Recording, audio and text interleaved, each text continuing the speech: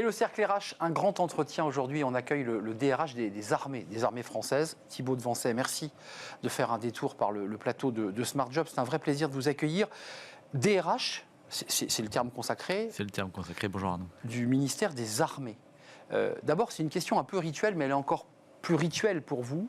Quand on travaille sur ce dossier des armées, on voit qu'en fait, vous êtes à la tête d'une pyramide, mais vous-même à la tête déjà d'une petite entreprise de RH, parce que l'armée de terre, l'armée de l'air, la marine et d'autres services encore, sur lesquels il y a bien sûr des RH. C'est quoi le métier du RH et du DRH des armées françaises, en quelques mots ? Alors le métier de DRH du ministère des Armées, il est assez fabuleux. C'est d'abord animer une équipe, comme vous l'avez dit, il y a des DRH dans l'armée de terre, dans la marine, dans l'armée de l'air, avec qui je travaille au quotidien et qui ont leur propre programme d'action dans le cadre de la politique que j'essaye de conduire au sein du ministère des Armées. Mais il y a aussi la DRH de la Direction Générale de l'Armement qu'on oublie trop souvent. C'est vrai. On a plus de 10 000 ingénieurs au ministère des Armées qui sont là. C'est d'actualité, ça. C'est d'actualité, oui, oui. Et puis des choses un peu plus exceptionnelles. Et il y a aussi une fonction RH à la DGSE, par exemple. Tous ces DRH me sont fonctionnellement rattachés et on construit ensemble les politiques RH qui vont permettre de satisfaire les besoins des armées, du ministère dans son ensemble. Et puis, par ailleurs, j'ai des fonctions propres. Il faut payer 300 000 personnes tous les mois. Il faut assurer le paiement des retraites, accidents du travail, enfin, toutes les fonctions qu'un DRH fait dans d'autres organisations. Alors, il faut quand même le préciser, là aussi c'est assez vertigineux, parce que quand on parle des armées françaises, vous êtes le plus gros employeur français. 269 243 civils et militaires, avec environ 203 000 militaires et le reste des civils et qui sont importants au sein de l'armée française. 271 800 civils et militaires en 2027, ça c'est la projection, ça veut dire que le DRH qui est devant moi recrute. Exactement. Et le recrutement, comme tous les DRH le savent, c'est une bataille du quotidien. Pour vous donner des ordres de grandeur, on recrute environ 500 personnes par semaine. Voilà. Donc c'est des chiffres. Toute armée confondue. Toute armée confondue. Notre plan de recrutement pour l'année 2025, il doit être aux alentours de 28 000 personnes, donc 75% de militaires, 25% de civils. Et ce qui est tout à fait extraordinaire, c'est qu'on recrute à tous les niveaux de qualification, des jeunes sans diplôme jusqu'au polytechnicien qui va rejoindre par exemple la Direction Générale de l'Armement. L'armée française, c'est un énorme bateau, c'est un énorme paquebot que vous pilotez sur le plan DRH. C'est quoi les grands piliers que vous vous fixez à l'aune de l'actualité qui nous a percuté, guerre en Ukraine, et puis très récemment, le président de la République qui a évoqué l'hypothèse de troupes au sol, ce qui évidemment accélère, transforme. Comment vous pilotez et comment vous gérez ces piliers et quels sont les piliers forts que vous fixez à l'ensemble de votre équipe ? Alors, tout d'abord, en fait, on sort de 3 années qui ont été très, très, très compliquées pour tout le monde. Les entreprises privées, le secteur public, 21-23, années très difficiles, avec deux phénomènes, une inflation, donc une pression salariale très, très forte, et puis une baisse du taux de chômage, et donc une concurrence extrêmement forte entre tous les employeurs. Ça, pour nous, c'est derrière nous et c'est un motif de fierté parce qu'en 2024, on a fait une super année RH. Les effectifs, après des années un peu compliquées, ont continué à croître. 2025 s'annonce très très bien également. Il y a un effet guerre en Ukraine avec des formes d'élan patriotique, d'envie de s'engager. Vous le sentez, ça ? Alors, on le mesure pas. En tous les cas, il est très difficile de construire une corrélation entre la situation internationale, parce que, comme chacun sait, elle évolue quasiment maintenant au quotidien, ouais. et puis nos performances de recrutement. En revanche, ce qui est évident, c'est que le fait militaire, ou en tous les cas, la conscience qu'il se passe quelque chose en Europe, facilite quand même le passage de nos messages sur tous les métiers que nous avons à proposer. Quelques chiffres quand même, c'est intéressant et on parlera des métiers parce que l'armée française, là aussi, il y a une palette de métiers. Alors évidemment, simplement, on voit des soldats, on voit des opérationnels, mais il y a tellement d'autres métiers qui vont de la restauration à l'électronique, à la mécanique. Tous les métiers, évidemment, sont au sein de l'armée française. Quelques chiffres, 63 369, il faut être précis, militaires de carrière, avec 17,3% de femmes. 137 963 militaires sous contrat. Tiens, juste un petit arrêt sur le sous-contrat. On a les militaires de carrière qui vont signer quoi sur 5 ans, 10 ans, 15 ans. Sous contrat, c'est quoi? Alors en fait, vous parliez des piliers.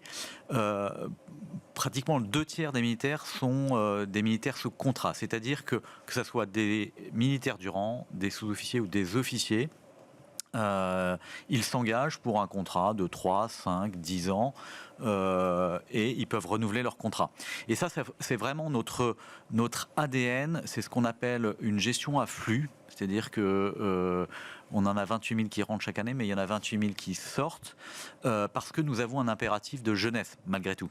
Et donc, un des pivots que nous sommes en train de faire, c'est concilier cet impératif de jeunesse, parce que le métier militaire est quand même très exigeant, que ce soit sur terre, dans les airs, sur la mer ou sous la mer. Donc, c'est très exigeant. Donc, on a besoin de jeunes. Et ça, on y est très très attaché. C'est des carrières qui sont relativement courtes. Et puis, on essaie de faire pivoter parce qu'on a aussi besoin de techniciens, d'experts qui vont développer au fur et à mesure de leur parcours une compétence particulière sur les métiers nouveaux en particulier, et pour lequel on adapte aussi nos parcours professionnels de façon à les encourager à rester un peu plus longtemps sur des fonctions qui sont moins exigeantes sans doute physiquement, mais de transmission, mais de transmission, d'organisation. Exactement. Mais ça, c'est important. Avec une féminisation, j'ai lu une tribune passionnante, qui est une tribune signée par Marine Balançard, qui vient régulièrement sur notre plateau et qui, je crois, est actuellement en train de faire un cursus que vous avez fait à l'IHEDN, cursus passionnant et absolument dingue. Et elle soulignait, sans critique d'ailleurs, en lisant bien son papier, que la féminisation dans les hautes sphères de la défense restait faible. Alors on voit qu'il y a une féminisation qui progresse évidemment chez les soldats du rang et même chez les fonctionnaires, puisqu'on a 47,5% de femmes parmi les fonctionnaires sur 37 874. Tout va bien. Dans les hautes sphères, je vais loin. Est-ce qu'un SEMA armée de terre, est-ce qu'un chef d'état-major armée de l'air pourrait un jour être une femme ? Ce qui n'a jamais existé, on est d'accord. Ce qui n'a jamais existé. Alors, vous avez raison. En fait, aujourd'hui, on a un taux de féminisation qui progresse chaque année. Oui. On est très attentif à ce qui se passe au recrutement, y compris dans les écoles d'officiers les plus prestigieuses, Saint-Cyr, l'école navale, l'école de l'air et l'école polytechnique. Voilà. Et puis, comme dans d'autres métiers, on assiste à une forme d'évaporation. Pour devenir chef d'état-major des armées, il faut faire tout le cursus. Tout le cursus. Et notre sujet aujourd'hui, on développe des programmes pour affronter cette difficulté. D'empowerment, comme on dit dans le privé. C'est ça, mais c'est de permettre, malgré les difficultés, vous savez que un des marquants de la carrière d'officier, c'est l'école de guerre, donc c'est exigeant, il faut préparer, voilà. Permettre aux jeunes femmes de concilier à ce moment-là de leur vie la maternité avec les exigences du parcours professionnel. Donc ça, on est totalement décidé et mobilisé pour permettre effectivement de construire des viviers de colonels qui vont devenir officiers généraux et qui seront à la fois légitimes et prêtes pour prendre des responsabilités tout à fait Aujourd'hui, on a des femmes colonels. Oui. Beaucoup. Est-ce qu'on a des femmes générales? Oui, on en a 10% environ des officiers généraux qui sont des femmes. Donc potentiellement un vivier possible de talents. On peut les appeler. C'est ce que nous construisons. C'est ce que nous construisons. Voilà. Dernier chiffre, les ouvriers de l'État, ceux qui travaillent dans les usines d'armement, 15 929. C'est intéressant parce qu'il permet de basculer quand même sur ce qui nous est arrivé. Nous, les Français, on a vécu une période de paix nous étions en paix et nous ne le sommes plus. Est-ce que au sein des armées, ça a aussi provoqué des choses, vous qui observez aussi l'ensemble des soldats et de ceux qui travaillent au sein des armées, vous avez senti quelque chose qui se transformait, qui bougeait, et peut-être même que tout est venu d'en haut en disant il faut se mobiliser, il faut se préparer? Alors, bien évidemment, nous sommes tout à fait sensibles et mobilisés en fonction du contexte stratégique. Le fait nouveau, c'est la nécessité de mobiliser une industrie qui est capable de répondre en quantité dans des délais compatibles avec des opérations militaires. C'est le sujet. Pour conduire des opérations sans aller jusque l'affrontement entre la Russie et l'Ukraine, enfin de cette nature-là. Donc il y a deux choses à faire. Effectivement, nous avons conservé au sein du ministère des Armées, non pas une industrie, mais des capacités à entretenir de façon industrielle un certain nombre de matériels, essentiellement d'ailleurs des matériels aéronautiques. Oui. Voilà. Par exemple, les moteurs de Rafale, ils sont entretenus par le ministère des Armées avec des ouvriers qui sont voilà, et qui font un travail, qui ont une technicité absolument remarquable. Nos chars, nos avions. Exactement. Et donc le partage entre ce qu'on fait en régie, j'allais dire, c'est-à-dire au sein du ministère, et ce qui est fait par l'industriel, c'est un sujet qui nous travaille. Et puis il y a la chaîne d'approvisionnement. Oui. La chaîne d'approvisionnement, alors ça c'est plutôt le travail de la Direction Générale de l'Armement. Dont on parlait tout à l'heure. Exactement. De discuter avec les industriels, de leur donner de la visibilité, planifier. Et accélérer. Charge aux industriels de se mettre en situation de répondre à des commandes nationales ou européennes. On a vu le chef de l'État faire des visites très symboliques sur des sites de production d'armement en disant il faut accélérer, et je pense qu'aujourd'hui on accélère parce que le contexte est instable. On a vu en Ukraine, et on le voit encore aujourd'hui, qu'une partie de cette guerre se joue à travers des drones, à travers l'électronique, à travers le renseignement, à travers le numérique. En préparant l'émission, je vous ai dit c'est la guerre de demain, et vous m'avez repris, vous m'avez dit non, c'est pas la guerre de demain, c'est la guerre d'aujourd'hui. On est dedans là. Oui. Au recrutement d'ailleurs. Bien évidemment, on est dedans, sachant que ce qui est aujourd'hui le principal changement, c'est de passer, ou en tous les cas de conserver des programmes de long terme, parce que par exemple quand on construit un programme de sous-marin, ça met beaucoup de temps, tout en étant capable d'être agile sur des nouveaux dispositifs ou capacités opérationnelles. Et donc les drones en font partie. Et du point de vue RH, parce que c'est là que je suis directement